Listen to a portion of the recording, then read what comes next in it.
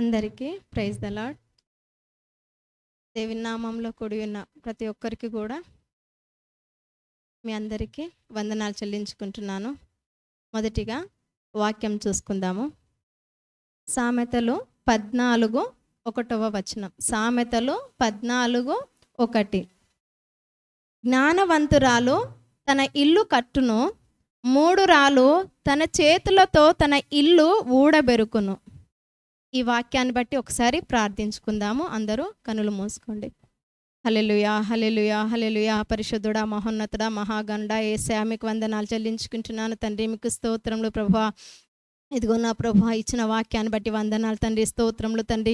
ఈ వాక్యము చేత నా ప్రభువా, నీ బిడ్డలతో నీవు ఏం మాట్లాడాలనుకుంటున్నావో తండ్రి, స్తోత్రములయ్యా, నీవే బయలుపరచండి ప్రభువా, స్తోత్రములు తండ్రి. ఇదిగో నా ప్రభువా, మాట్లాడటం నేను కాదు కానీ ప్రభువా, నీవే నా ప్రభువా, బిడ్డలతో నీవు మాట్లాడండి ప్రభువా, స్తోత్రములు తండ్రి. అయా మేము ఒక్కొక్కరం ఏ విధంగా ఉండాలో నా ప్రభువా మాకు నేర్పించండి ప్రభువా.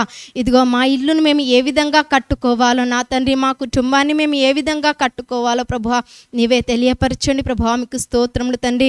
ముందున్న సమయం అంతా కూడా మీ చేతులకు సమర్పించుకుంటున్నాను ప్రభువా.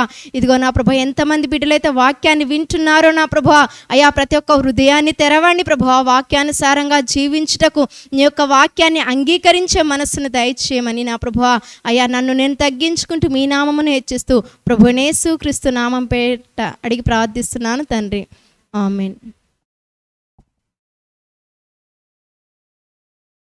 మరొకసారి చదువుదాము. సామెతలు 14:1 జ్ఞానవంతురాలు తన ఇల్లును కట్టును, మూఢురాలు తన చేతులతో తన ఇల్లు ఊడబెరుకును అని రాయబడి ఉన్నది. మరి ఇక్కడ జ్ఞానవంతురాలైనటువంటి స్త్రీనైతే తన ఇంటిని కట్టుకుంటుందని స్పష్టంగా మనకు తెలియజేస్తూ ఉన్నారు. మరి మనము నీవైనా నేనైనా కూడా జ్ఞానవంతురాలుగా ఉంటున్నామా, మూర్ఖురాలుగా ఉంటున్నామా, మనం ఒక్కసారి జ్ఞాపకం చేసుకోవాలి. నీ కుటుంబాన్ని నీవు ఎలా కట్టుకుంటున్నావు, నీ కుటుంబాన్ని నీవు ఎలా సరి చేసుకుంటున్నావు, నీ కుటుంబంలో నీవు ఎలా ఉంటున్నావు, నేను ఎలా ఉంటున్నాను అని మనము సరి చేసుకోవాలని దేవుడు మరొక అవకాశం ఇచ్చి ఉంటున్నాడు. నిజంగా ఈ వాక్యము కనుక ఈ వాక్యానుసారంగా నీవు ఉన్నట్టయితే దేవునికి కృతజ్ఞతాస్తుతులు చెల్లించు. నిజంగా నీ మార్గంలో నేను నడుస్తున్నాను దేవా అని. ఒకవేళ ఈ వాక్యానుసారంగా నీవు లేనట్టయితే తండ్రి నన్ను క్షమించు, నీ వాక్యానుసారంగా నేను జీవించుటకు కృప దయచేయి, నన్ను నడిపించుమని ఈ వాక్యాన్ని అంగీకరించి ఈ వాక్యాన్ని ఒప్పుకొని సరియైన మార్గంలో నడవడానికి దేవుడు ఒక అవకాశం ఇస్తున్నాడు. ఇది ఎవరి గురించి చెప్పటం కాదు, నీ గురించి నా గురించి దేవుడు మాట్లాడుతుండొచ్చు. సరి అయిన జీవితంలో ఉంటే కృతజ్ఞతాస్తుతులు చెల్లించుకోవాలి. సరిలేని జీవితంలో ఉన్నట్టయితే మనము సరి చేసుకునే జీవితాన్ని మనము మార్చుకోగలగాలి. మరి మొదటిగా జ్ఞానవంతురాలైనటువంటి వారు ఎవరో ఒక ముగ్గురిని మనం ఇక్కడ చూసుకుందాము. వారు దేవుణ్ణి ఎరగనటువంటి వారు, దేవుణ్ణి తెలుసుకున్నటువంటి వారిని దేవుడు ఏ విధంగా నిలబెట్టుకున్నారనేది మనము ఒక ముగ్గురు వ్యక్తులు ఇక్కడ మనము చూసుకుందాము. మొదటిగా షారా గురించి చూద్దాము. షారానైతే ఒక విగ్రహారాధికురాలుగా మనకు కనబడుతుంది.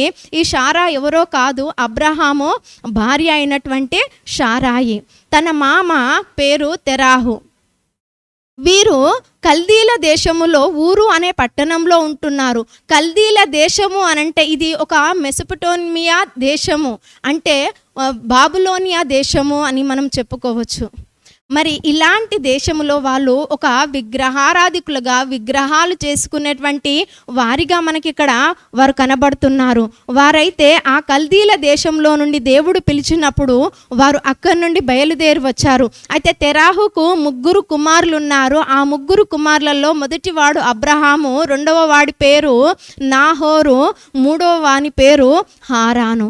ఈ 3 కుమారులకి అబ్రహాముకి నాహోరుకి వివాహం జరిగింది. అబ్రహాము షారాయిని వివాహం చేసుకున్నాడు. నాహోరు అయితే మిల్కాను వివాహం చేసుకున్నాడు. మరి హారాను అయితే వారు ఆ కల్దీల దేశంలో నుండి ఊరు అని పట్టణంలో నుండి బయలుదేరక ముందే ఆయన అక్కడే మరణించడం జరిగింది. అయితే ఆయనకు కూడా ఒక కుమారుడున్నాడు. ఆయన పేరు లోతు. మరి ఇక్కడ ఆ తెరాహు, అబ్రహాము, షారాయి ఈ హారాను కుమారుడైనటువంటి లోతును తీసుకొని వారు ప్రయాణమై వెళుతూ ఉంటున్నారు. ఆ ప్రయాణమై వారు వెళుతుంటున్నటువంటి సమయంలో ఆ ప్రయాణములో స్త్రీలైనటువంటి వారికి ఎంతో బాధగా ఉంటుంది. ఎన్నో బాధలు అనుభవిస్తూ ఉంటారు. నిజంగా ఆ ప్రయాణము తన భర్తతో సాగిస్తూ ఉంటున్నది కాబట్టి ఇక్కడ షారాయి మాత్రము తన భర్తను దేవుడు పిలిచాడు.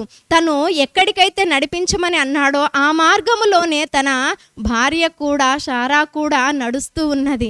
ఆయనకి ఏమాత్రమో అవిధేయత చూపించకుండా ఒక విధేయత కలిగి ఆయనకు లోబడుతూ ముందుకు వెళుతూ ఉన్నది. మరి అలా వెళుతున్నటువంటి సమయంలో ఒక ప్రాంతంలో వాళ్ళు ఆగారు. అక్కడ వారు ఊరు అనే దేశం నుండి వారు బయలుదేరిన తర్వాత వారు కొద్ది దూరం వచ్చి హారాను అనే పట్టణంలో కొన్ని రోజులు వాళ్ళు అక్కడ ఉండడం జరిగింది. అయితే అక్కడ వారు ఆస్తి సంపాదించుకున్నారు. చాలా గొర్రెలు, చాలా ఆస్తి కూడా, వారికి గొడ్లు, గుడారాలు చాలా ఉన్నాయి. లోతుకు, అబ్రహాముకు కూడా చాలా ఆస్తి వారు సంపాదించుకున్నారు. వారి మధ్యలో ఎలాంటి గొడవలు లేవు, ఎలాంటి పోట్లాటలు లేవు, హాయిగా బ్రతుకుతున్నారు. వాళ్ళ ఆస్తి అధికమైపోయింది. కానీ షారా చాలా ఆస్తిపరులని ఏమాత్రము కూడా ఆమె హెచ్చించుకోలేదు, అతిశయపడలేదు, తన భర్తకు లోబడుతూ ఉన్నది. అయితే వారి మధ్యలో ఏంటంటే కాపర్ల మధ్యలో గొడవలైపోయింది. వీరిలో ఎలాంటి గొడవలు లేవు, కానీ కాపర్ల మధ్యలో గొడవలైనందుకు అబ్రహాము ఏం చేశాడంటే లోతుతో మాట్లాడుతున్నాడు. మనము దూరంగా ఉంటే మనం హాయిగా బ్రతకగలుగుతాము, సంతోషంగా జీవిస్తాము కనుక మనము వేరుగా ఉండి బ్రతుకుతాము. ఒకవేళ నువ్వు ఎడమ వైపునకు వెళితే నేను కుడి వైపునకు వెళ్తాను, నేను కుడి వైపునకు వెళ్తే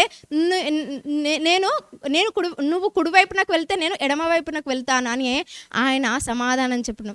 మరి మనమైతే ఒకవేళ నీవైతే ఏమని చెప్తాము? మొదటిగా మనమే ఎన్నుకుందాము, మంచి ప్రదేశాన్ని ఎన్నుకుందాము, లేకుంటే మనం ఇటు వెళ్దాము అని కొద్దిమంది చెప్పేవాళ్ళు ఉంటారు. కానీ షారా అలా ఏమీ చెప్పలేదు. అబ్రహాము ఏది చెప్తే అదే వినే విధంగా ఈమె ఇక్కడ కనబడుతుంది. మరి ఆది కాండము 10వ వచనంలో చూసినట్టయితే లోతు ఒక ప్రాంతాన్ని ఎన్నుకుంటున్నాడు. లోతు తన కన్నులెత్తి యోర్దాను ప్రాంతాన్ని అంతటిని కూడా ఆయన చూసినప్పుడు అక్కడ సొదొమ గొమొర్రా అనే పట్టణము అక్కడ కనబడుతుంది.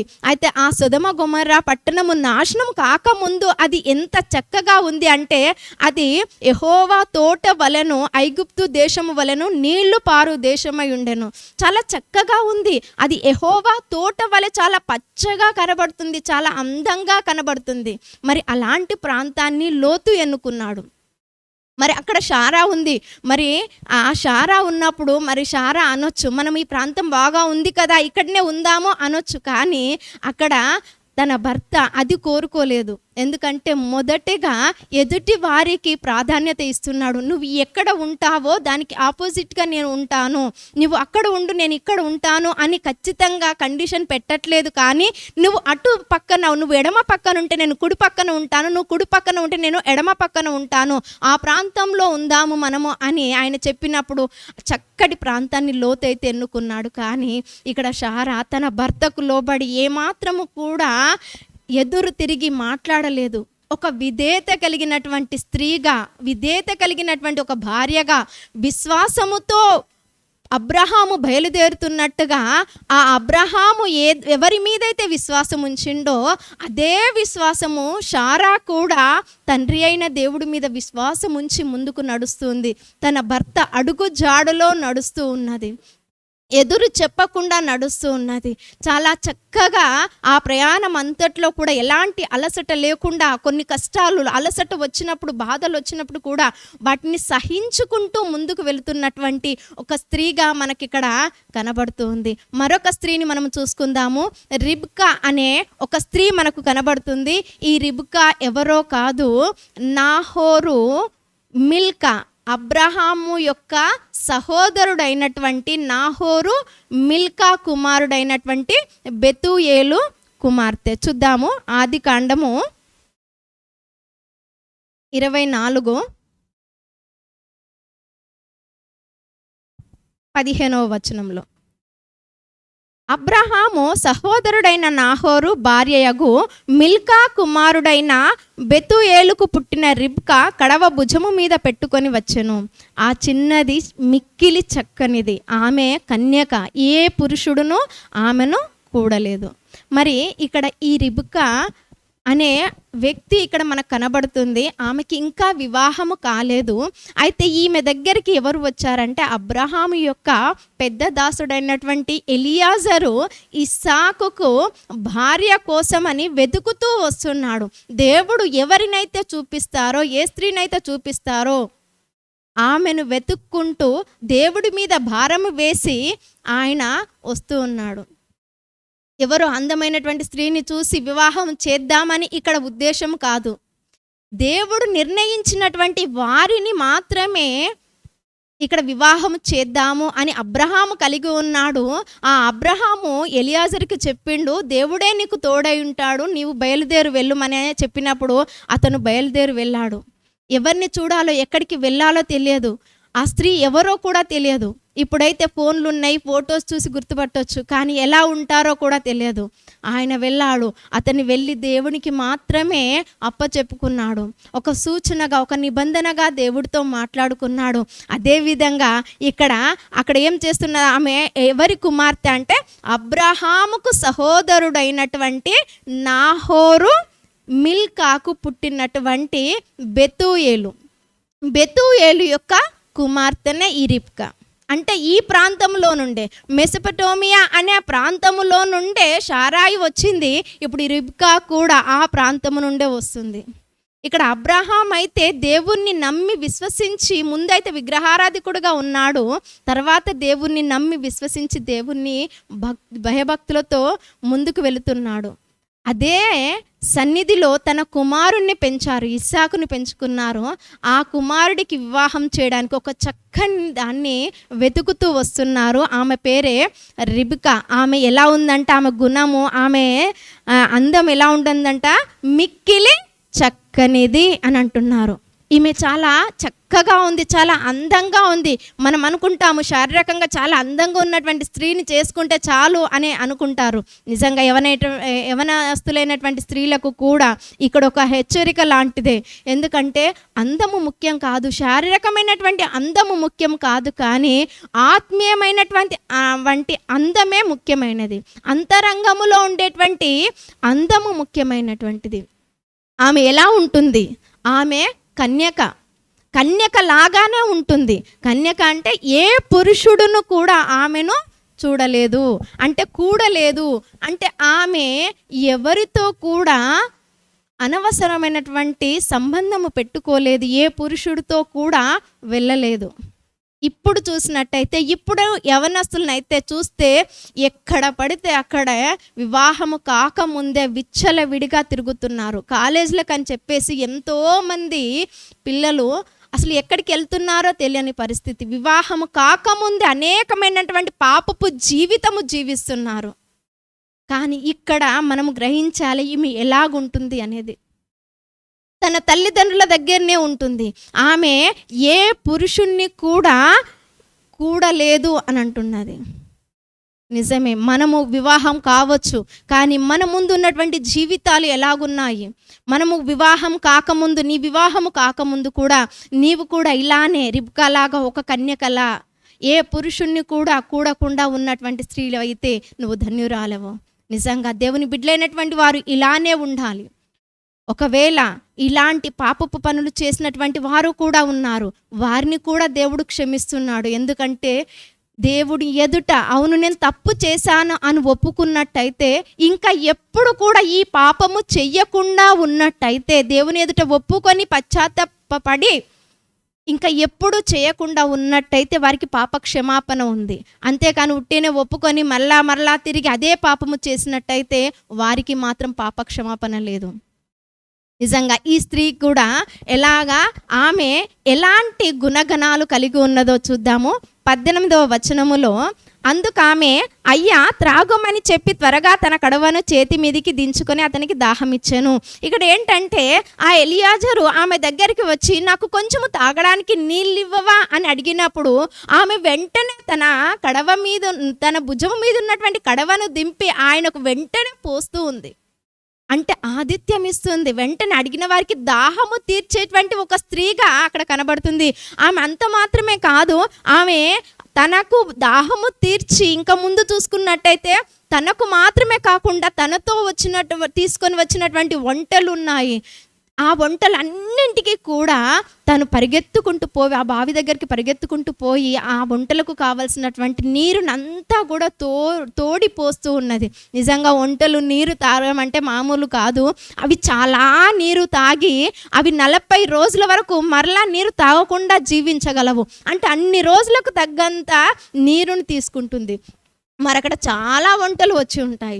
మరి ఒక్కరికి దాహం తీర్చడానికి ఆమెనే ఎంతో దూరము ప్రయాణమై ఆ కడవలో ఆ కుండలో నీళ్లు తీసుకొని పోవడానికి వచ్చి వెళుతుంటే ఆమెకు ఏమనిపించవచ్చు, నేనే ఇంత దూరం నుండి వస్తున్నాను, నీకేం పోయాలి, మాకే ఇంట్లో నీళ్లు లేవు అని సమాధానం చెప్పొచ్చు. కానీ ఆమె అలా చెప్పకుండా తనకు నీళ్లు పోసింది, తన వంటలన్నింటికి కూడా చేది నీళ్లు పోస్తూ ఉన్నది. ఎంత మంచి గుణము కలిగి ఉంటుంది. స్త్రీలైనటువంటి నీవు నేను ఇలాంటి గుణము కలిగి ఉంటున్నామా? ఆతిథ్యం ఇచ్చేటువంటి గుణం కలిగి ఉంటున్నామా? ఎవరైనా నీ ఇంటికి వస్తే నువ్వు ఆతిథ్యం ఇస్తున్నావా? వారితో మర్యాదగా మాట్లాడుతున్నావా? ఒక ప్రశ్న వేసుకోవాలి. అసలు కనీసము ప్రైజ్ ద లార్డ్, దేవుని బిడ్డలైనటువంటి వారు ఇంటికి వస్తే ప్రైజ్ ద లార్డ్ అని చెప్పడం కానీ, వారిని కూర్చోమని చెప్పడం కానీ, వారిని పలకరించడం కానీ చేయగలుగుతున్నామా? నిజంగా మనము దేవుని బిడ్డలైనటువంటి వారు, మనము తప్పకుండా ఎవరు ఇంటికి వచ్చినా కూడా వారిని ఆతిథ్యం ఇచ్చే స్త్రీగా మనము తయారు కావాలి. తెలియకుండానే ఎంతోమంది బిడ్డలు ఆతిథ్యం ఇచ్చి ఎంతోమంది బిడ్డల్ని మార్చుకున్నటువంటి వారు కూడా మనకు బైబిల్లో కనబడుతున్నారు. మరి ఇంకా చూసుకున్నట్టయితే ఈమెను ఆ ఎలియాజర్ అయితే తన ఇంటికి వెళ్ళాడు, ఆ రిబ్కా వాళ్ళ ఇంటికి వెళ్ళాడు. ఆ రిబ్కా ఇంటికి వెళ్ళిన తర్వాత తన తల్లిదండ్రులతోటి తన అన్నతో కూడా మాట్లాడి తర్వాత తనను తీసుకొని వస్తూ ఉన్నాడు. తన యజమానుడైనటువంటి ఇస్సాకుకి వివాహం చేయడం కోసమని ఎంతో ప్రయాణమై ఒంటెల మీద ఆమెను కూర్చోబెట్టి తీసుకొని వస్తున్నారు. అదే ఆదికాండం 24:64 చూద్దాము. రిబ్కా కన్నులెత్తి ఇస్సాకును చూచి ఒంటె మీద నుండి దిగి, చివరకుంటది, ఇతడు నా యజమానుడని చెప్పెను గనక ఆమె ముసుగు వేసుకొనెను. ఆమె ఏం చేస్తుంది అంటే ఇక్కడ ఇస్సాకు ఎంతో దూరము వెళ్ళి అక్కడ ఇస్సాకు బేయేర్ లహోయి రోయి మార్గమున వచ్చి ఆయన ఒక పొలములో ఆరాధిస్తున్నాడు దేవుడికి. అక్కడ ఆయన కనబడినప్పుడు ఆమె వెంటనే దూరము నుండే గమనించి ఆయననే నా యజమానుడని గమనించింది. ఆమె గమనించి వెంటనే ఒంటెల మీద నుండి ఆమె ఒంటె మీదకి వెళ్ళి కిందికి దిగింది. ఒక మర్యాద, గౌరవం. వెంటనే ఆమె ఏం చేసింది, అతడు ఎవరు అని ఎలియాజర్ని అడిగినప్పుడు ఆయన నా యజమానుడు అని చెప్పినప్పుడు వెంటనే తన ముసుగును ఆమె వేసుకుంది. ఎందుకంటే అక్కడి స్త్రీల యొక్క ఆచారం ఏంటంటే వివాహము కాకముందు తన మొహాన్ని ఎవరికి కూడా చూపించకూడదు, తన భర్తకి చూపించకూడదు. వివాహమైన తర్వాతనే ఆ మొహాన్ని చూపించాలి. అందు గురించి తన ముఖం మీద ముసుగు వేసుకున్నది. ఆ తర్వాత ఆమె తన ఇంటికి తన యజమానుడు ఇస్సాకు తన ఇంటికి తీసుకొని వెళ్ళాడు. 67లో ఇస్సాకు తల్లి అయిన షారా గుడారంలోనికి ఆమెను తీసుకొని పోయెను. అతడు రిబ్కాను పరిగ్రహింపగా ఆమె అతనికి భార్య ఆయను. అతడు ఆమెను ప్రేమించను. అప్పుడు ఇస్సాకు తన తల్లి విషయమై దుఃఖ నివారణ పొందెను. ఇక్కడ ఈ రిబ్కా ఎలా ఉంటుందంటే ఇస్సాకు తల్లి అయినటువంటి షారా గుడారంలోనికి ఆమెను తీసుకొని పోయిండు. ఇక్కడ ఇస్సాకు ఎక్కడికో వివాహం కాగానే, ఇప్పుడు స్త్రీలు అయితే వివాహం కాగానే 2 రోజులు 3 రోజులు కాగానే మనం ఇంట్లో నుండి వెళ్ళిపోదాము, నేను మీ అమ్మతో మీ నాన్నతో మేము ఉండలేను, నేను ఇందులో సంసారం చేయలేనని చెప్పేసి ఇంట్లో నుండి బయటికి వెళ్ళిపోతున్నారు ఈ కాలంలోనైతే. కానీ ఒకప్పుడు ఉమ్మడి కుటుంబాలు అనేటివి ఉండేటివి. అందరూ కలిసి ఒకటే కుటుంబంలో ఉండేవాళ్ళు. ఆ కుటుంబంలో ఉండడం వల్ల ఎన్నో విషయాలు చెప్పేటువంటి వారు. ఒకవేళ వారు తెలిసి తెలియక తప్పు చేస్తే అది కాదు, ఇది సరి అయినది, ఇలా ఉండాలి. భార్యాభర్తల మధ్య గొడవ అవుతే కనుక సరి అయిన జీవితంలో వారు నడిపించేవారు. ఆ కుటుంబంలోని ఆ 4 గోడల మధ్యనే వారు పరిష్కరించుకొని వారు ఆ కుటుంబాన్ని, వారి సంసార జీవితాన్ని నిలబెట్టుకునేవాళ్ళు. కానీ ఇప్పుడు చెప్పేవాళ్ళు చాలా కరువైపోయారు. ఎందుకంటే ఇప్పుడు చిన్న కుటుంబాలు అయిపోయినాయి, ఎవరి కుటుంబం వారికి అయిపోయింది. భార్య, భర్త, పిల్లలు తప్ప ఎవరూ లేరు. పిల్లలు ఏం చేస్తున్నారో తల్లిదండ్రులకు తెలియని స్థితిలో అయిపోయింది. పిల్లలు చేస్తున్నటువంటి తప్పు తల్లిదండ్రులు కూడా చూడలేనటువంటి స్థితిలో ఉన్నారు. పిల్లలకు చెప్పాలంటేనే భయపడుతున్నారు తల్లిదండ్రులు. కానీ ఒకప్పటి జీవితాలు చాలా బాగుండేటివి. ఎందుకంటే ఏ తప్పు చేసినా కూడా పెద్దవారు సరిచేసి వారి సంసారంని నిలబెట్టేవాళ్ళు. ఇక్కడ ఇస్సాకు అయితే తను వేరే కుటుంబానికి, వేరే గృహానికి తీసుకొని వెళ్ళలేదు. కానీ తన భార్యను చక్కగా తన తల్లి అయినటువంటి ఆ యొక్క షారా గుడారములోనికి ఆమెను తీసుకొని పోయాడు. ఎందుకంటే తన తల్లి చనిపోయింది. ఇక్కడ ఇస్సాకు తల్లి చనిపోయింది. ఆయన ఎంతో దుఃఖంలో ఉన్నాడు, ఎంతో బాధలో ఉన్నాడు. ఆయన యొక్క దుఃఖాన్ని ఈమె పోగొట్టుకున్నది. ఎందుకంటే తల్లి చనిపోతే బాధ ఎలా ఉంటుందో చనిపోయినటువంటి వారికి తెలుసు. ఆయన ఎన్నో రోజులు ఆయన ఏడుస్తూ ఉన్నాడు. తన తల్లిని గుర్తు చేసుకొని ఏడుస్తున్నటువంటి సమయంలో తను ఎప్పుడు ఈ స్థితిలోనికి తన భార్య వచ్చిన తర్వాత ఆమెను కూడినప్పుడు అప్పుడు అతను తన తల్లిలాగా తన భార్య వచ్చిందని, ఎందుకంటే షారాలాగా రిబ్కా కనబడుతుంది, తన తల్లిలాగా కనబడుతుంది. తల్లిని ప్రేమించినటువంటి వారు తన భార్యని ఎంతగానో ప్రేమిస్తారు. నిజమే, ఎవరైతే తల్లిని ఎక్కువగా ప్రేమిస్తారో, ఏ కుమారుడైతే తల్లిని ఎక్కువగా ప్రేమిస్తూ ఉంటారో వారు తన భార్యను ఎంతగానో ప్రేమిస్తారు. ఇస్సాకు కూడా తన భార్యను ఎంతగానో ప్రేమిస్తున్నాడు. రిబ్కా కూడా తన భర్తని ఎంతగానో ప్రేమిస్తున్నది. కాబట్టి ఇస్సాకు తన తల్లి విషయమై దుఃఖ నివారణ పొందిండు. ఆ దుఃఖం అనేది అక్కడ పోయింది. ఎందుకంటే ఆమె అంతగా ఆదరిస్తున్నది, తన భర్తను ఆదరిస్తూ ఉన్నది, తల్లిలాగా చూసుకుంటుంది. నిజంగా ఒక స్త్రీ పాత్ర ఒక భార్యగా ఉంటుంది, తర్వాత ఒక తల్లిగా ఉంటుంది, ఒక చెల్లిగా ఆదరిస్తుంది. ఎన్నో పాత్రలు ఆడపిల్లలకి ఒక స్త్రీ అన్నటువంటి వారు ఎన్నో పాత్రలు కుటుంబంలో పోషిస్తూ ఉంటారు. నిజమే, ఇక్కడ తను తన తల్లి లేకపోయినా కూడా తన తల్లి ఏ విధంగా చూసుకుంటుందో ఆ విధంగా రిబ్కా తన ఇస్సాకును, తన భర్తను చూసుకుంటుంది. అలాంటి భార్య దొరకడం ఎంత అదృష్టమో. నిజంగా అలాంటి భార్యలు భర్తలకు ఉంటే వాళ్ళు ఎంతో సంతోషంగా ఉంటారు. అలాంటి భార్యలుగా నీవు నేను కూడా ఉండాలని కోరుకుంటున్నాము. నిజమే, ఆమె దేవుడు ఎరగదు, కానీ ఇక్కడికి వచ్చిన తర్వాత దేవుణ్ణి తెలుసుకుంది, తన మార్గంలో నడుస్తూ ఉంది, తన పిల్లలకు కూడా నేర్పిస్తుంది. వీరిద్దరికి పుట్టినటువంటి కుమారులు మనకి ఇక్కడ కనబడుతున్నారు. యాకోబు, ఏషావు, ఇద్దరు వీరికి పుట్టారు. అయితే ఇక్కడ యాకోబు ఏమో రాహేలును వివాహము చేసుకున్నాడు. ఈ రాహేలు ఎవరో కాదు, మళ్ళీ ఈ రిబ్కా వాళ్ళ అన్ననే, సహోదరుడు లాబాను కుమార్తెనే యాకోబు వివాహం చేసుకున్నాడు.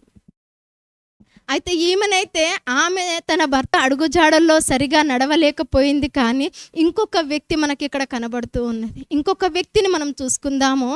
ఆమె ఎవరంటే ఆదికాండము 41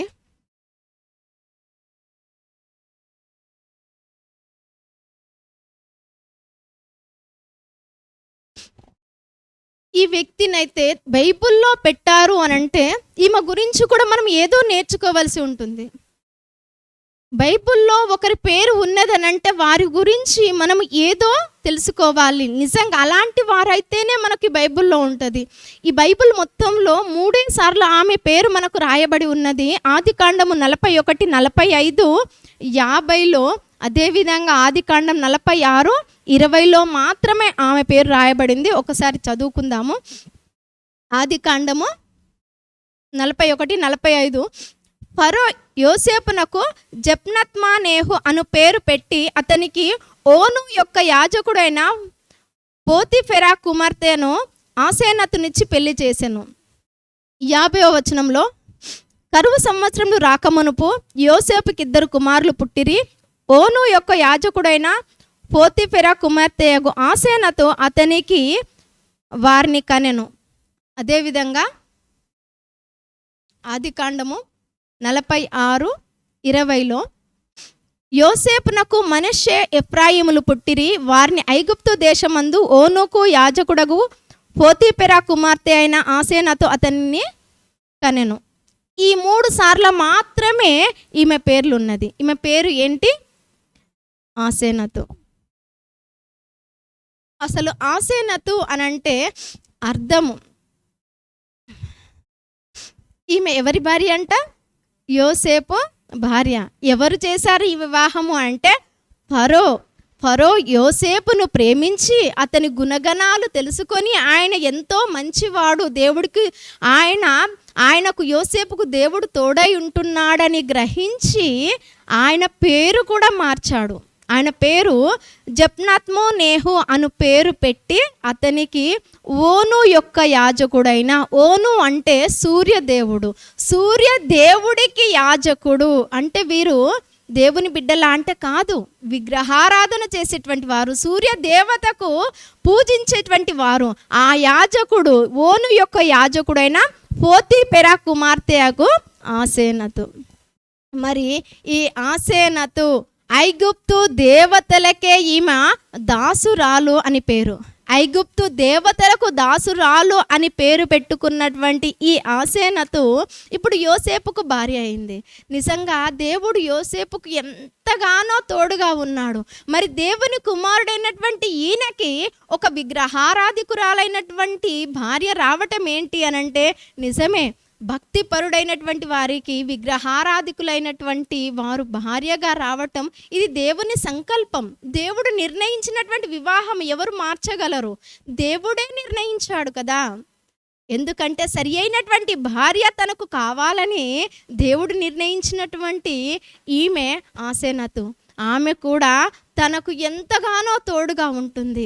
ఎందుకంటే యోసేపు ఎవరినైతే నమ్మాడో ఆ దేవుణ్ణి ఈమె విశ్వసించింది, ఈమె కూడా నమ్ముకున్నది. ఆమె ఆ యొక్క దేవతలన్నింటికీ ఒకప్పుడు పూజ చేసినటువంటి వ్యక్తే కావచ్చు, ఒకప్పుడు ఆరాధించినటువంటి విగ్రహాలన్నింటినీ కూడా ఆరాధించినటువంటి వ్యక్తే కావచ్చు. కానీ ఎప్పుడైతే వివాహము చేసుకున్నదో అప్పుడు ఈమె కూడా దేవుణ్ణి నమ్మింది. నిజమైన దేవుడే నా భర్త నమ్మినటువంటి వాడు అని ఈమె విశ్వసించింది, నమ్మింది. ఆమె ఎంతగానో ఆ దేవుణ్ణి ఆరాధిస్తుంది. మరి యోసేపు అంటే ఫలించెడు కొమ్మ. ఈ ఫలించెడి కొమ్మకు ఈ ఆసేనతు అనే భార్య అంటు కట్టబడింది. ఇప్పుడు ఇద్దరు కలిసి దేవునిలో ఎదుగుతూ ఉన్నారు. వీరికే 2 కుమారులు పుట్టారు. వారి పేరు ఏంటంటే యోసేపు వారికి ఒక చక్కటి పేరు పెడుతున్నాడు. 51వ వచనంలో, దేవుడు నా సమస్త బాధను నా తండ్రి ఇంటి వారిని అందరినీ నేను మరచిపోవునట్లు చేశానని చెప్పి తన జ్యేష్ఠ కుమారునికి మనష్షే అనే పేరు పెట్టెను. మనష్షే అంటే అర్థము మరచుట అని అర్థము. ఏం మర్చిపోయాడని? దేవుడు నా సమస్త బాధలన్నింటినీ కూడా మర్చిపోయేటట్టు చేశాడు, నా తండ్రి ఇంటి వారిని అందరినీ మర్చిపోయేటట్టు చేశాడు అని చెప్పి నాకు ఒక సంతోషంనిచ్చాడు అని చెప్పి తన భార్య ద్వారా పుట్టినటువంటి కుమారుడి పేరు మనష్షే అని పెట్టారు. మరి ఆయన అసలు యాకోబుకు ప్రియమైనటువంటి కుమారుడు యోసేపు. అందుగురించే తన తండ్రి నిలువుటంగి, చక్కటి రంగురంగులను నిలువుటంగి కుట్టించాడు. ఎంతగానో తన తండ్రి ప్రేమించాడు. కానీ అది చూడలేక ఆ యోసేపు కలలు కనే విధానము అవన్నీ చెబుతుంటే తన తండ్రి ఎంతగానో అతన్ని ప్రేమిస్తుంటే తన అన్నలైనటువంటి వారు ఎంతగానో ఆయనను ద్వేషించారు. ఆయన మీద కోపము పెంచుకొని ఆయనను తీసుకెళ్ళి ఒక గుంటలో పడద్రోశారు. తర్వాత తన అన్న రూబేనుకి ఇష్టం లేదు అలా తోసివేయడము. అలాగని తన అన్న రూబేను లేనప్పుడు తన ఆ గోతులో నుండి, ఆ గుంటలో నుండి తీసి 20 తులముల వెండికి అతన్ని అమ్మివేశారు. మిద్యానీలకు అమ్మివేశారు. వారు తీసుకెళ్ళి ఐగుప్తులో అక్కడ ఫరోకి అమ్మివేయడం జరిగింది. ఈయన ఐగుప్తుకి యోసేపు చేరుకున్నాడు. ఇదంతా కూడా మనము చూస్తే ఈయన శ్రమలు అనుభవించాడు అని అనుకుంటాము. నిజమే, కొన్ని శ్రమలు అనుభవించవచ్చు, కొన్ని బాధలు అనుభవించవచ్చు, కానీ దేవుని ఆజ్ఞ లేనిది ఏది జరగదు. ఇది దేవుని సంకల్పం కాబట్టే ముందున్న రోజులలో ఒక మంచి పని చేయడం కోసము దేవుడు ముందుగా ఆయనను పంపించాడు. కానీ ఎన్నో బాధలు అనుభవించాడు. ఆయన చక్కగా అక్కడ జీవిస్తున్నప్పుడు, ఆయన ఇక్కడ పోతిఫరు ఇంట్లో ఉన్నప్పుడు ఆయన ఎంతో సుందరుడుగా, సౌందర్యవంతుడుగా, చాలా చక్కగా కనబడుతున్నాడు. ఆ అందాన్ని చూసి ఒక స్త్రీ ఆయనను మోసం చేయాలని చూసింది, పాపంలోనికి నెట్టివేయాలని. ఆ పోతిఫర్ భార్య తనను ఆ పాపంలోనికి తీసివేయాలని చెప్పేసి ఆయన బట్టలను లాగేసింది. తను బట్టలను లాగేసినా కూడా ఆ బట్టలను విడిపించుకొని ఆయన అలాగే పరిగెత్తుకొని పోయిండు. ఇది అండి పాపం నుండి పారిపోవడం అంటే. పాపముని ఎదుట కనబడినప్పుడు పాపం నుండి పారిపోవాలి. ఆ స్త్రీ అయినా సరే, పురుషుడైనా సరే, మన ఎదుట పాపం ఉన్నప్పుడు ఆ పాపము నుండి పారిపోమ్మని దేవుడు చెప్తున్నాడు. నిజంగా యోసేపు అదే పని చేశాడు. దేవుడికి ఇష్టమైన కుమారుడిగా ఉంటున్నాడు. తన తండ్రికి ఇష్టమైనటువంటి కుమారుడిగా ఉంటున్నాడు. మరి అలాంటి అతనికి ఇప్పుడు ఆ స్త్రీ ఏం చేసిందంటే చెరసాలలో వేయించింది. చెరసాలలో అంటే చాలా బాధలుంటాయి, ఆ కష్టాలన్నీ కూడా ఆయన పడ్డాడు. కానీ ఈ ఫరో అయితే తన మంచితనాన్ని గుర్తెరిగి తనను విడిపించి ఆ తర్వాత ఒక చక్కటి అమ్మాయిని చూసి ఆయన వివాహం చేయడం జరిగింది. అప్పుడు ఆమె తెలుసుకున్నది, నిజమే, నేను ఆరాధించినటువంటి, నేను విగ్రహారాధన చేసినటువంటి ఈ దేవతలు దేవుళ్ళు కారు. ఇదిగో నా భర్త ఆరాధిస్తున్నటువంటి దేవుడే నిజమైన దేవుడు, ఈయనకు ఎంతగానో తోడుగా ఉన్నాడని ఆమె గ్రహించి ఆ భక్తిలోనికి వెళ్ళిపోయింది. ఆయన చూపించేటువంటి విశ్వాసము ఈమెలోనికి కూడా వచ్చేసింది. ఆమె కూడా ఆ విశ్వాసంలో నడవడము, ఆయన ఏ విశ్వాసంలోనైతే ఆయన నడుస్తున్నాడో అదే విశ్వాసంలో ఈ అసేనతు కూడా నడుస్తూ ఉన్నది. అందు గురించనే వారు మనష్షే అని పేరు పెట్టడం జరిగింది. మరి రెండవ కుమారుడి పేరైతే ఏమని పెట్టారంటే ఎఫ్రాయిము అని పెట్టారు. ఎఫ్రాయిము అనంటే అభివృద్ధి లేక ఫలము అని అర్థము. మరి ఇక్కడ ఒక అభివృద్ధి చెందుతున్నాడు. ఐగుప్తుకి వచ్చి కూడా, పరాయి దేశానికి వచ్చి కూడా అక్కడ ఆయనకు తోడుగా ఉన్నందుకు ఆయన ఎంతగానో అభివృద్ధిలోనికి నడిపిస్తూ ఉన్నాడు. పోతిఫర్ ఇంట్లో మొత్తం అధికారం అంతా ఇచ్చేశారు. ఇక్కడ ఫరో కూడా తన ఇంటి మీద అధికారం ఇచ్చేశాడు. నిజంగా దినదినము ఈయన అభివృద్ధి చెందుతూ ఉన్నాడు. అందు గురించనే నేను వేరే దేశానికి వచ్చిన, నేను ఒంటరిగా వచ్చినప్పటికీ కూడా దేవుడు నన్ను ఎంతగానో అభివృద్ధి చెందించాడని చెప్పేసి రెండవ కుమారుడికి ఎఫ్రాయిము అని పేరు పెట్టాడు. నిజంగా మనము మన బిడ్డలకు ఎలాంటి పేర్లు పెడుతున్నాము? ఆ పేరు ప్రకారంగా వారు నడుస్తూ ఉన్నారు. మన బిడ్డలు ఎలా నడుస్తున్నారు? ఇక్కడ ఆసేనతు తన బిడ్డల్ని ఎలాగా పెంచిందో మనం ఒకసారి గ్రహించవచ్చు. ఆ దేవుని భయభక్తులతోటే ఈ బిడ్డలను పెంచింది. మనం ఇక్కడ ముగ్గురిని చూసుకుంటున్నాము. షారా ఒకరు, రిబ్కా ఒకరు, ఇంకొకరు ఆసేనతు. వీరు ముగ్గురు కూడా చూసినట్టయితే షారా ఒకప్పుడు విగ్రహారాధికురాలు, ఆ తర్వాత దేవుని, తన భర్త నమ్ముకున్నటువంటి దేవుని నమ్మింది. ఇస్సాకు దేవుని నమ్ముకున్నటువంటి వ్యక్తే, కానీ రిబ్కా మెస్పతోమియా నుండే వచ్చేసింది. ఆమె కూడా దేవుడు అంటే ఎరగని వ్యక్తినే. ఇక్కడ ఆసేనతు కూడా ఆమె ఈజిప్ట్లో, ఐగుప్తులో ఉన్నటువంటి స్త్రీ. మరి ఎన్నో దేవతలను ఆరాధించినటువంటి, పూజించినటువంటి స్త్రీ అయినప్పటికీ కూడా నిజంగా మరి దేవుణ్ణి, నిజమైన దేవుని యెహోవాను విశ్వసించింది, నమ్మింది. వీరు విగ్రహారాధికులు అయినప్పటికీ కూడా దేవుణ్ణి నమ్మి విశ్వసించి వీరు దేవుని మార్గంలో నడవడానికి, తన భర్త నడిచినటువంటి మార్గంలో నడవడానికి వీరు ఇష్టపడుతున్నారు. మరి ఒక్కసారి వాక్యం వింటున్నటువంటి మీరు మొదటి నుండి మీరు దేవుని నమ్ముకున్నటువంటి వారా? అంటే నువ్వు పుట్టక ముందే నీవు దేవుని నమ్ముకున్నటువంటి వారా, లేదా మధ్యలో దేవుని నమ్ముకున్నావా? ఒకసారి జ్ఞాపకం చేసుకో. నిజంగా నేను కూడా ఒక విగ్రహారాధికురాలినే. నేను డిగ్రీ అయిపోయిన తర్వాత దేవునిలోనికి వచ్చి అప్పుడు రక్షణ పొందుకున్నాను. 2023లో నేను బాప్తిస్మం తీసుకున్నాను. నిజమే, నేను ఒకటే ప్రార్థన చేసుకున్నాను. నా భర్త విషయంలో వివాహ సంబంధాలు చూస్తున్నప్పుడు నేను అనుకున్నాను, దేవా నాకు ఎవరు విగ్రహారాధన అంటే హిందూస్ కాకుండా నాకు దేవుణ్ణి నమ్ముకున్నటువంటి బిడ్డ అయి ఉంటే చాలు. ఏ కూలి పని చేసినా సరే, రోజు పనికి పోయి ఒక పూట తిండి పెట్టినా సరే, కానీ దేవుని బిడ్డ అయితే చాలు అని నాకు వచ్చి రాని ప్రార్థన. అప్పుడు దేవుడు అంటే అంతగా నాకు తెలియదు. అదొకటే ప్రార్థన నేను చేసింది. నేను ఎన్నో రకాలుగా నేను ఆయనను అడగలేదు. ఒకటే, నాకు దేవుని బిడ్డ అయితే చాలు అని ప్రార్థించాను. నిజంగా దేవుడు ఈ విధంగా నన్ను నిలబెట్టుకొని ఈ విధంగా వాడుకుంటున్నందుకు దేవునికి నేను కృతజ్ఞతాస్తుతులు చెల్లించుకుంటున్నాను.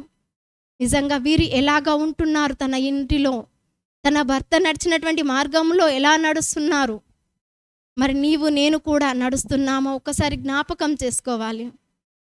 దేవుని నమ్మినటువంటి నీవు నీ కుటుంబంలో ఎలా ఉంటున్నావు?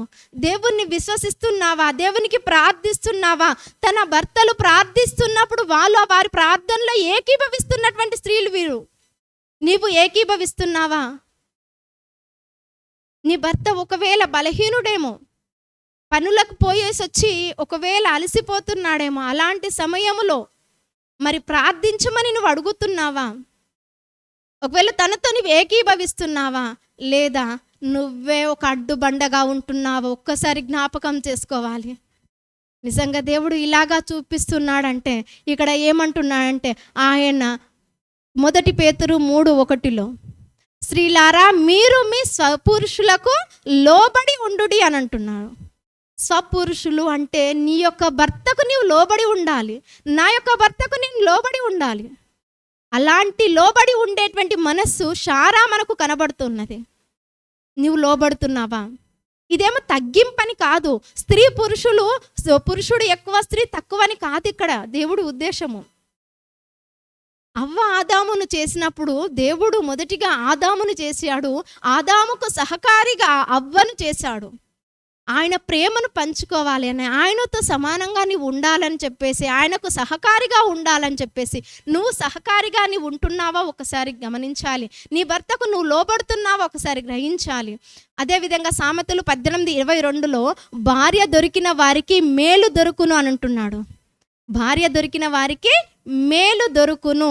నువ్వు మేలుగా ఉంటున్నావా, కీడుగా ఉంటున్నావా గ్రహించాలి. నీ ఇంటిలో నీ భర్తకు మేలు చేసేదానిగా ఉంటున్నావా, కీడు చేసేదానిగా ఉంటున్నావా? అయ్యో నేను ఎందుకు ఈమెను చేసుకున్నానని నీ భర్త బాధపడుతున్నాడా, లేదా నా భర్త ఎంతో మంచిది అని అందరికీ సాక్ష్యం ఇచ్చేవారిగా నువ్వు ఉంటున్నావా? దేవుని బిడ్డలైనటువంటి వారు నీ భర్తకు నువ్వు మేలు చేసే దానిగా ఉండమని దేవుడు సెలవిస్తున్నాడు. అదే సామెతలు 31:10 గుణవతి అయిన భార్య దొరుకుట అరుదు అంటున్నాడు. గుణవతి అయిన భార్య దొరకడము చాలా అరుదు, చాలా తక్కువ. ఎందుకంటే అందరు స్త్రీలు అలాగా ఉండరు. నిజంగా గుణవతి అయినటువంటి భార్య దొరికితే ఆ పురుషుడు ఎంతో అదృష్టవంతుడు. నిజంగా ఆ కుటుంబం ఎంతో సంతోషంగా, ఎంతో ఆనందంగా ఉంటుంది. తన భార్యతో, తన పిల్లలతో ఎంతో ఆనందంగా జీవిస్తాడు. లేదు అనంటే ఇంకా తన భార్య పోరు భరించలేక బయటనే జీవించడానికి ఇష్టపడతాడు. ఎప్పటికో ఏ రాత్రికో వస్తాడు, పొద్దున్న లేసి వెళ్ళిపోతాడు. ఎందుకంటే భార్య పోరు భరించలేక, భార్య పెట్టే బాధలు భరించలేక, భార్య పెట్టే కష్టాలు భరించలేక, భార్య పెట్టే డబ్బును విచ్చలవిడిగా ఖర్చు పెడుతున్నటువంటి భార్యలు ఈ కాలంలో చాలామంది ఉంటున్నారు. నిజంగా ఎలాగా ఖర్చు పెడుతున్నావు? ఎలా నువ్వు పొదుపు చేస్తున్నావా, ఖర్చు పెట్టేటువంటి స్త్రీగా ఉంటున్నావా? తనకు వచ్చే జీతమే చాలా తక్కువగా ఉంటుంది. ఎంతగానో కష్టపడుతున్నాడు, డబల్ డ్యూటీలు చేసుకుంటూ వస్తారు, పొద్దున పోయి ఏ రాత్రికో వస్తూ ఉంటారు. అలాంటి భర్తను ఇంటికి రాగానే నువ్వు కోపము తెప్పించే భార్యగా ఉంటున్నావా, నీ భర్తను సంతోషంగా పలకరించి ఆనందింపచేసేటువంటి భార్యగా ఉంటున్నావా ఒకసారి గ్రహించాలి. ఎందుకంటే మనం నేర్చుకోవాలి. మన భార్యలైనటువంటి మనము మన భర్తలని ఎలా చూసుకోవాలి. ఈ కాలంలో అలాంటి ప్రేమలు లేకుండా పోతున్నాయి. నిజంగానే ఏంటంటే నీకంటే నేనే ఎక్కువ అన్నట్టుగా పోతుంది. నిజమే, స్త్రీ లాగానే ఉండాలి. ఎప్పుడైతే అనుకువతోటి, మంచి గుణముతోటి, స్త్రీ గుణముతోటే ఉన్నట్టయితే ఆ కుటుంబం ఆశీర్వదింపబడుతుంది. అది దేవుడికి ఇష్టమైనటువంటి కుటుంబంగా ఉంటుంది. కానీ కొన్ని కుటుంబాలలో స్త్రీలే పురుషుల్లాగా, యజమానుల్లాగా అధికారము చెలాయిస్తున్నటువంటి కుటుంబాలు, అది సరి అయినటువంటి కుటుంబం కాదు. నిజం చెప్పండి, ఎవరు ఎక్కువ తక్కువ అని నేను చెప్పటం లేదు, కానీ పురుషుడు ఎప్పుడు మనకి ఏంటి శిరస్సు, స్త్రీకి శిరస్సు పురుషుడు అని దేవుడు చెప్తున్నాడు, నేను చెప్పట్లేదు. పురుషుడికి శిరస్సు క్రీస్తు. మరి నీ భర్త క్రీస్తును పోలి నడుచుకున్నట్టయితే, ఆయన చెప్పినట్టు వింటున్నటువంటి నీ భర్త అయితే, మరి నీ భర్త చెప్పినట్టుగా నువ్వు కూడా నడుచుకోవాలి. ఆయన అడుగు జాడల్లో నువ్వు వెళ్ళేవారిగా ఉండాలి, ఆయనకు లోబడే వారిగా ఉండాలి. సామెతలు 19:14 సుబుద్ధి గల భార్య యెహోవా యొక్క దానము అంటున్నాడు. సుబుద్ధి అంటే మంచి బుద్ధి కలిగినటువంటి భార్య, ఆమె ఎవరంట? యెహోవా యొక్క దానము, యెహోవా ఇచ్చేటువంటి దానము అని చెప్తున్నాడు. నిజంగా అది పొందుకుంటున్నారా? ఆ దానము నీవేనా? సుబుద్ధి కలిగి ఉంటున్నావా? ఒక మంచి బుద్ధి కలిగి నీ కుటుంబంలో మెలుగుతున్నావా? మసులుకుంటున్నావా? లేదా నువ్వు విచ్చలవిడిగా ఉంటున్నావా? నీ ఇష్టానుసారంగా నువ్వు తిరుగుతున్నావా? నీ ఇష్టానుసారంగా నువ్వు జీవిస్తున్నావా? నీ పిల్లలను నీ ఇష్టానుసారంగా పెంచుతున్నావా? నీ పిల్లలను నీవు ఎలా పెంచుతున్నావు ఒక్కసారి గ్రహించాలి. తల్లి ఎలాగుంటే పిల్లలు అలాగే ఉంటారని చెప్పేసి ఒక సామెత ఉంటుంది. పిల్లలు తప్పు చేస్తే తల్లినే అంటారు. తప్పు తల్లిది లేకున్నా కూడా తల్లిని నిందిస్తారు. ఎందుకంటే తల్లి మార్గంలో పిల్లలు నడుస్తారు కనుక. మరి నీవు సుబుద్ధి కలిగి ఉంటే నీ పిల్లలు కూడా నీ వెంటనే నడుస్తారు. నువ్వు ప్రార్థిస్తే నీ పిల్లలు ప్రార్థిస్తారు. నువ్వు మోకరిస్తే నీ పిల్లలు మోకరిస్తారు. నువ్వు దేవుని సన్నిధానానికి తొందరగా వస్తే నీ పిల్లలు తొందరగా దేవుని సన్నిధానానికి వస్తారు. నువ్వు దేవుని సన్నిధానంలో కన్నీరు విడుస్తూ ప్రార్థిస్తే, గోజాడుతుంటే నీ పిల్లలు కూడా కన్నీరు విడుస్తూ గోజాడుతూ ఉంటారు. దేవుణ్ణి చిన్నప్పటి నుండే ఎరిగి దేవుణ్ణి ఆరాధించేటువంటి బిడ్డలుగా ఎదుగుతారు వారు. లేదా నువ్వు నిర్లక్ష్యంగా ఉంటున్నావా? నువ్వే గ్రహించుకోవాలి నీ కుటుంబాన్ని నువ్వు ఎలా పెట్టుకుంటున్నావు అనేది. నువ్వు మార్చుకోగలవు, ఎందుకంటే ఇది దేవుడిచ్చినటువంటిది. తన కుటుంబంలో స్త్రీ పాత్ర ఎంతగానో ఉంటుంది. స్త్రీ అంటే తన కుటుంబానికి, ఇంటికి ఇల్లాలు దీపం అంటారు. దీపం అంటే ఒక ఆత్మజ్ఞ కదా. మరి ఆ ఆత్మ నీవు అన్నప్పుడు ఆ ఆత్మ ఎలా ఉండాలి? ఆయన పరిశుద్ధుడుగా ఉన్నాడు, నువ్వు పరిశుద్ధుడుగా ఉండాలి. నువ్వు పరిశుద్ధురాలిగా నీవు ఉంటే నీ పిల్లలు పరిశుద్ధులుగా ఉంటారు. ఎలా ఉంటున్నాము? ఎలా జీవిస్తున్నాము మనము? కొలెస్సై 3:18 భార్యలారా మీ భర్తలకు విధేయులై ఉండుడి అంటున్నారు. భార్యలు భర్తలకు విధేయత చూపించే వారిగా, లోబడే వారిగా ఉండమని చెప్తున్నాడు. నిజంగా షారాయి అలానే ఉన్నది, ఒక రిబ్కా అలానే ఉంటుంది, ఆసేనాతు కూడా అలాగే ఉంటున్నది. మరి నీవు ఎలా ఉంటున్నావు? లోబడుతున్నావా? విధేయత చూపిస్తున్నావా? లేదా జగడములాడేటువంటి స్త్రీగా నువ్వు ఉంటున్నావా?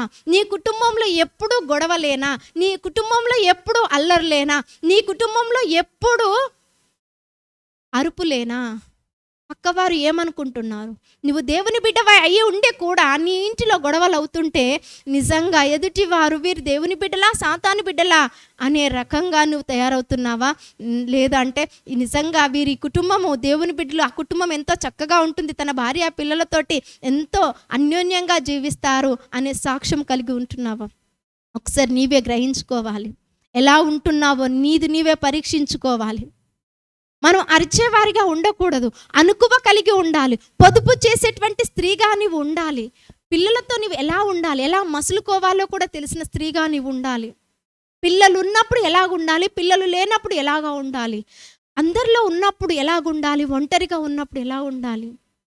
దేవునికి ఎక్కడ ఉన్నా దేవుడికి ఇష్టురాలిగా ఉండాలి. నువ్వు దేవునికి ఇష్టమైన పనులు చేసే స్త్రీలుగా మనం ఉండకూడదు.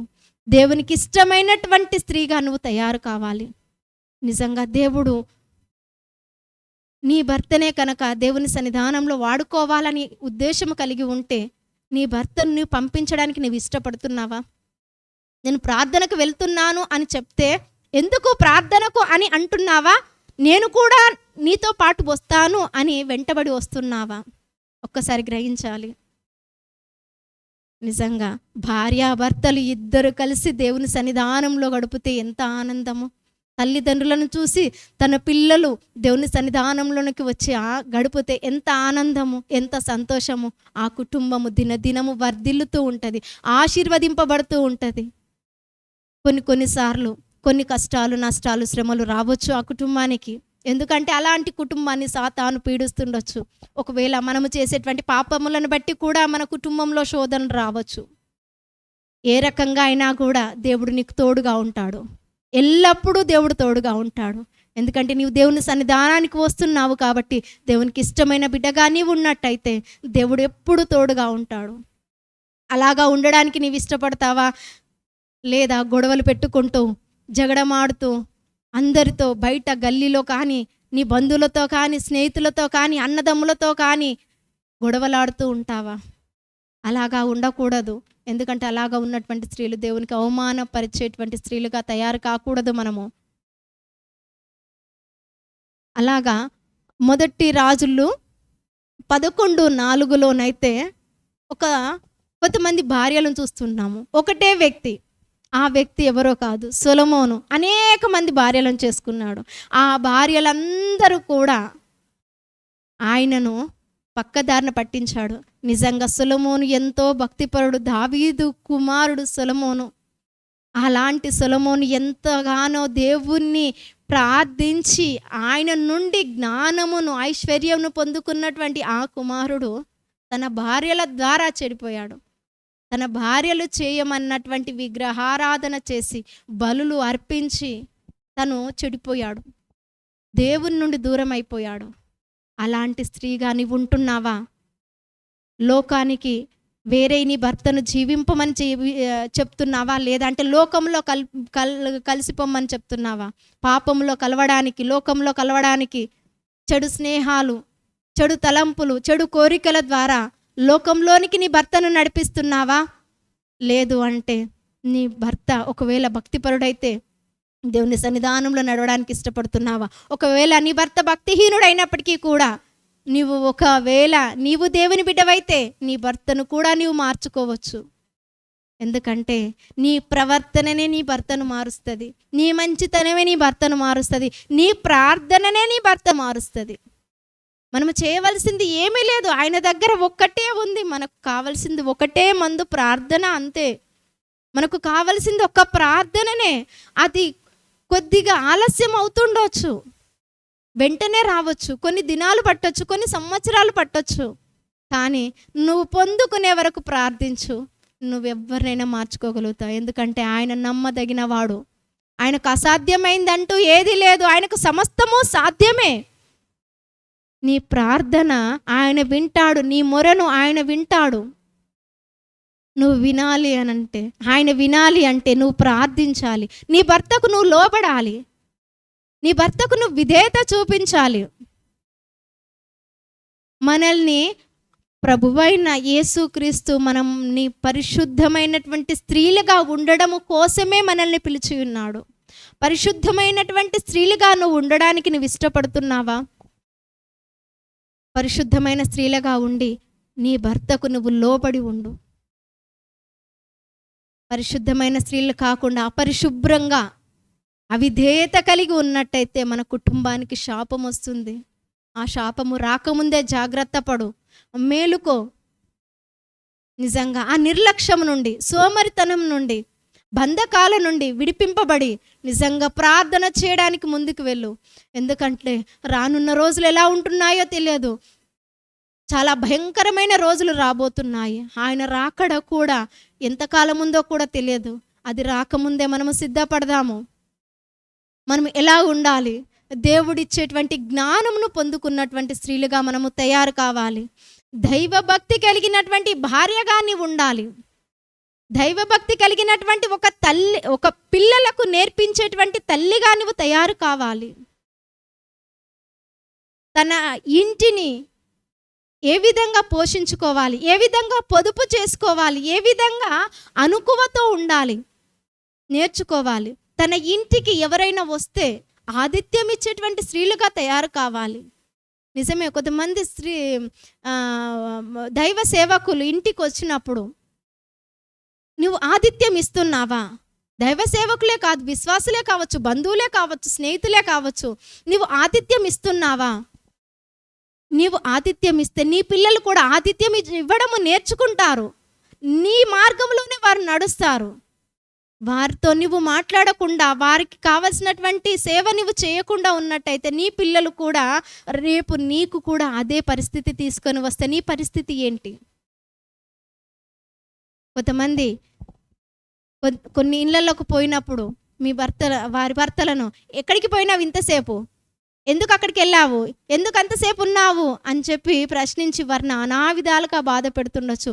వారు వెళ్ళింది దేవుని సేవ చేయడం కోసము, దేవుని బిడ్డలని వెళ్ళి ఓదార్చడం కోసం కావచ్చు, దేవుని బిడ్డల్ని ఆదరించడం కోసం కావచ్చు, కొద్ది వాక్యము చెప్పి వారిని ఓదార్చడం కోసం. అయితే కొంతమంది అనరాని మాటలు ఇంటికి వచ్చిన తర్వాత తన భర్తలని బాధించేటువంటి స్త్రీలు కూడా ఉన్నారు.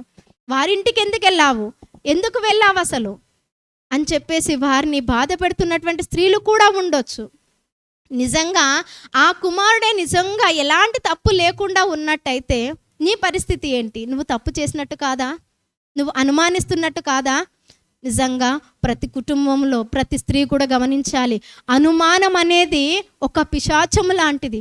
అనుమానం ఉంటే కనుక అది దాని నుండి బయటికి రావడం చాలా కష్టము, బ్రతకడం చాలా కష్టము, సంతోషంగా జీవించలేము. అనుమానం అనేది భార్యాభర్తల మధ్య ఉండకూడదు. ఇద్దరు కూడా ఒకరికొకరు వారి యొక్క బాధలను, ఏ విషయం ఉన్నా కూడా ఏ విషయాన్ని గుట్టుగా ఉంచకుండా ప్రతి విషయాన్ని చెప్పుకునేటువంటి వారిగా ఉండాలి. లేదు అనంటే అనుమానముతోటి ఎన్నో కుటుంబాలు పాడైనటువంటి కుటుంబాలు ఉన్నాయి.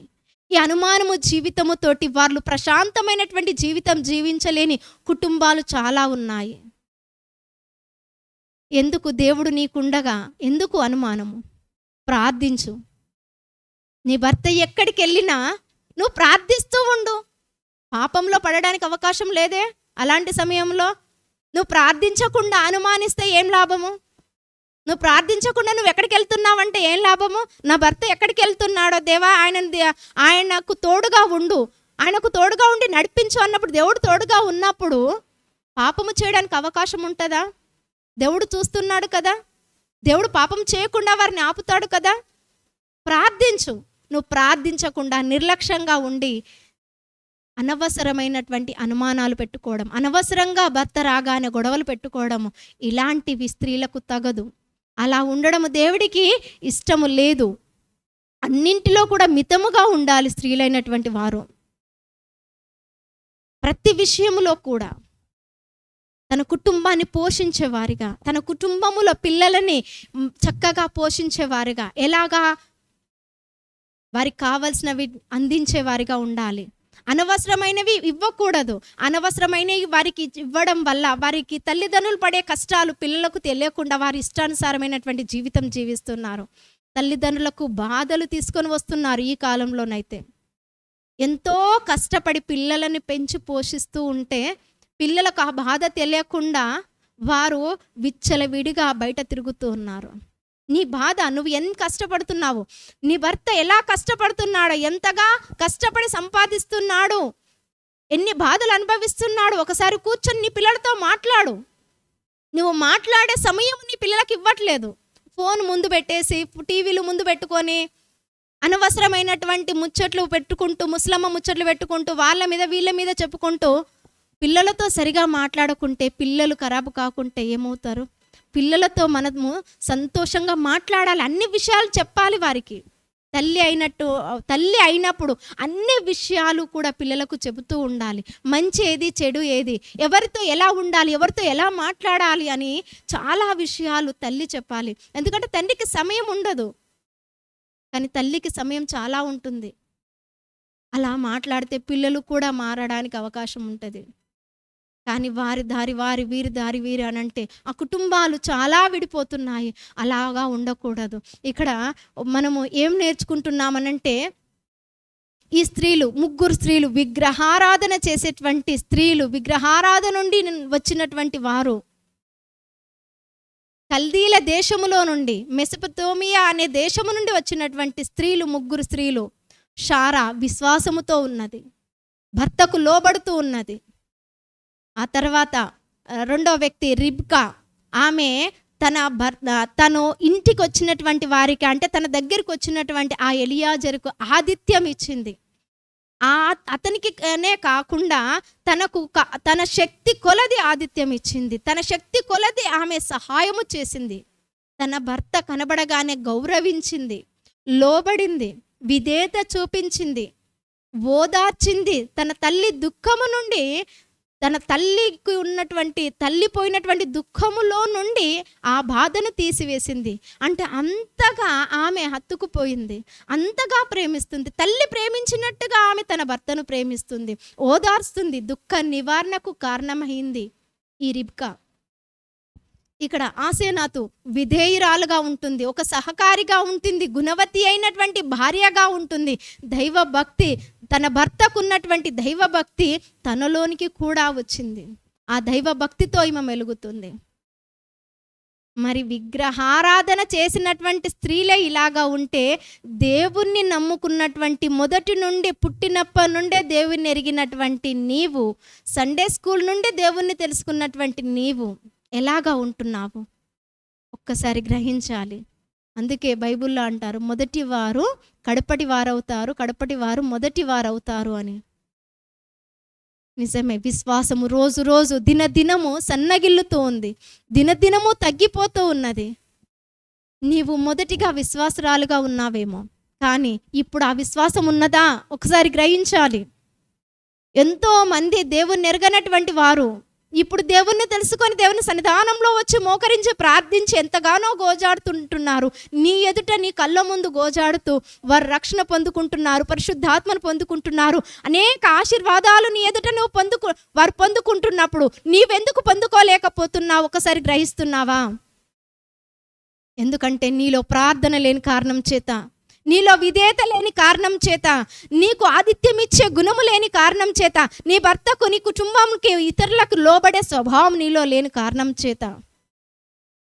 ఇవన్నీ నీలో ఉన్నట్టయితే, నీ కుటుంబాన్ని నీవు చక్కగా దిద్దుకున్నట్టయితే నువ్వు సంఘములో సరిగా ఉంటావు.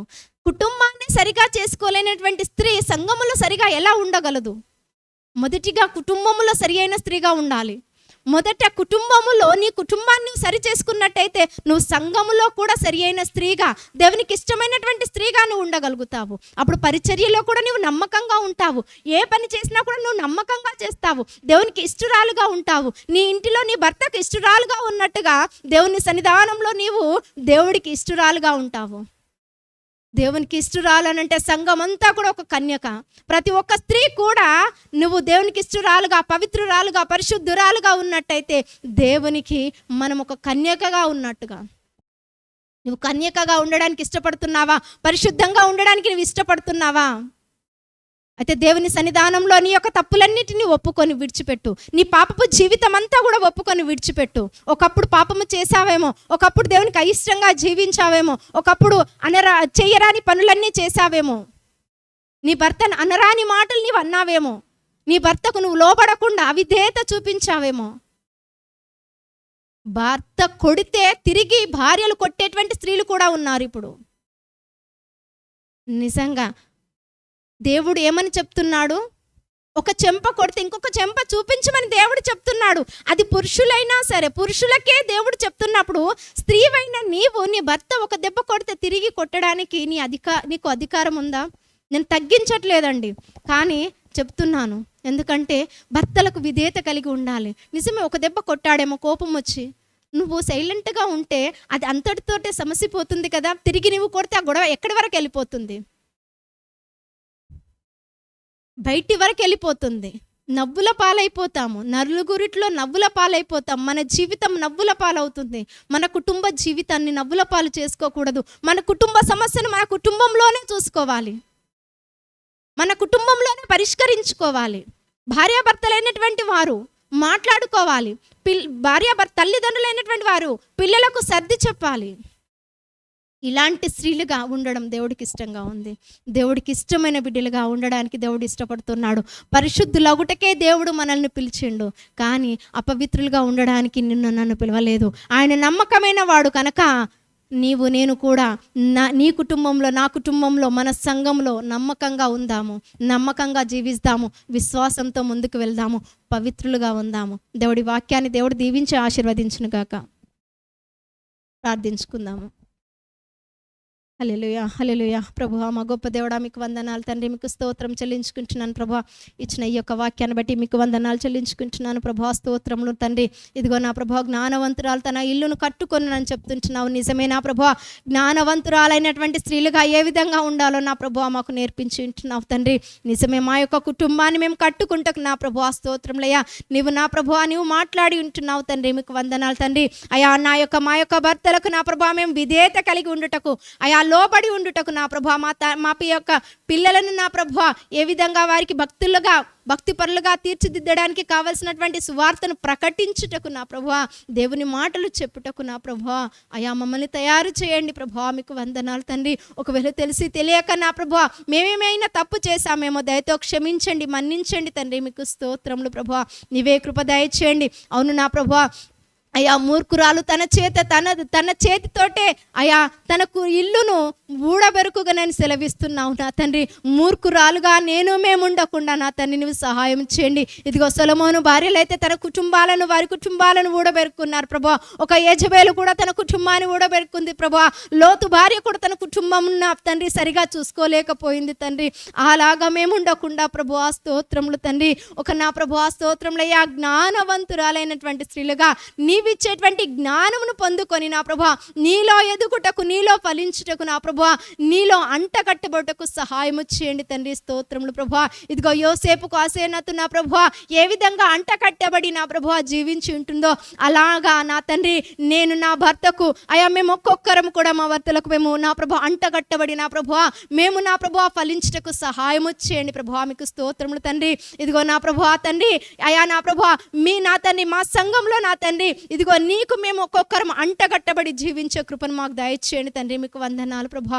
మా కుటుంబాలను మేము మార్చుకుంటకు నా ప్రభా, మా కుటుంబాలను నా ప్రభా మీకు ఇష్టమైన కుటుంబంగా మార్చుకుంటకు నా ప్రభా ఒక్క అవకాశమును దయచేయండి ప్రభా. అయా మా కుటుంబాలను నా తండ్రి సరి చేసుకుంటకు ఒక్క అవకాశాన్ని దయచేయండి ప్రభా. అయ్యా నీ కృప దయచేయండి ప్రభా. స్తోత్రములు తండ్రి. అయ్యా ఈ అవకాశము పోతే నా ప్రభా నీ రాకడ వచ్చినట్టయితే, మా కుటుంబం సరి అయిన జీవితం లేనట్టయితే నా ప్రభా ఇంత భక్తి చేసి కూడా వ్యర్థమైన ప్రభా అయ్యా మేము నరకానికి పాత్రలు అవుతాము కనుక అయ్యా నరకానికి పాత్రలు అవటం నీకు ఇష్టం లేదు ప్రభా. మీకు వందనాలు తండ్రి. ఇదిగో మమ్మల్ని మార్చుకోండి, మా కుటుంబాలను మార్చండి ప్రభా. మా యొక్క ప్రతి కుటుంబాన్ని నా ప్రభా నీవు జ్ఞాపకం చేసుకోండి ప్రభా. మీకు వందనాలు. నీవే కృపను కుమ్మరించండి. మా కుటుంబాలను నీవు కట్టండి ప్రభు. మీకు స్తోత్రములు తండ్రి. మా కుటుంబంలో నీవు నివాసము చేయండి ప్రభు. మీకు వందనాలు తండ్రి. ఇదిగో మాలో నీవు నివాసము చేయండి ప్రభు. పరిశుద్ధంగా మార్చుకోండి ప్రభు. అవును మా కుటుంబాలను మేము పరిశుద్ధంగా ఉంచుకున్నట్టయితే మా సంఘము కూడా పరిశుద్ధంగా ఉంటుంది నా తండ్రి. ఆ విధంగా పరిశుద్ధంగా ఉండుటకు నా తండ్రి నీవే సహాయము చేయమని అయా మీకు వందనాలు చెల్లించుకుంటున్నాను. నీవే కృప కుమ్మరించండి అయ్యా. విన్నటువంటి ప్రతి ఒక్క సిస్టర్ని నీవు జ్ఞాపకం చేసుకున్నా ప్రభువా. ఇదిగో నిజంగా నా ప్రభువా వీరిలాగా నా ప్రభువా అయా విన్నటువంటి బిడ్డలు ఉన్నట్టయితే నా ప్రభువా వారు నీకు కృతజ్ఞతాస్తుతులు చెల్లించి వారిగా ఉండుటకు సహాయము చేయండి ప్రభువా. ఇదిగో ఒకవేళ ఇలాంటి జీవితం లేనటువంటి స్త్రీలు నీ ఎదుట ఉన్నట్టయితే విన్నట్టయితే ప్రభువా అలాంటి వారి జీవితాలు మార్చుకున్నటకు ఒక అవకాశంను దయచేయండి ప్రభువా. వారి హృదయాలను తెరవండి అయా. ఒప్పింపే మనస్సును దయచేయండి ప్రభువా. ఇకనైనా మా కుటుంబాలను మేము కట్టుకుంటకు నా ప్రభా నువ్వు సహాయం చేయమని నా ప్రభా ప్రార్థిస్తున్నాను తండ్రి. మీకు వందనాలు చెల్లించుకుంటూ ఇంతవరకు నా ప్రభా మాతో మాట్లాడిన నా గొప్ప దేవుడా మీకు స్తోత్రములు చెల్లించుకుంటూ నన్ను నేను తగ్గించుకుంటూ మీ నామమును హెచ్చిస్తూ ప్రభువైన యేసుక్రీస్తు నామం పేరిట అడిగి ప్రార్థిస్తున్నాను తండ్రి. ఆమేన్. అందరికీ ప్రైజ్ ది లార్డ్.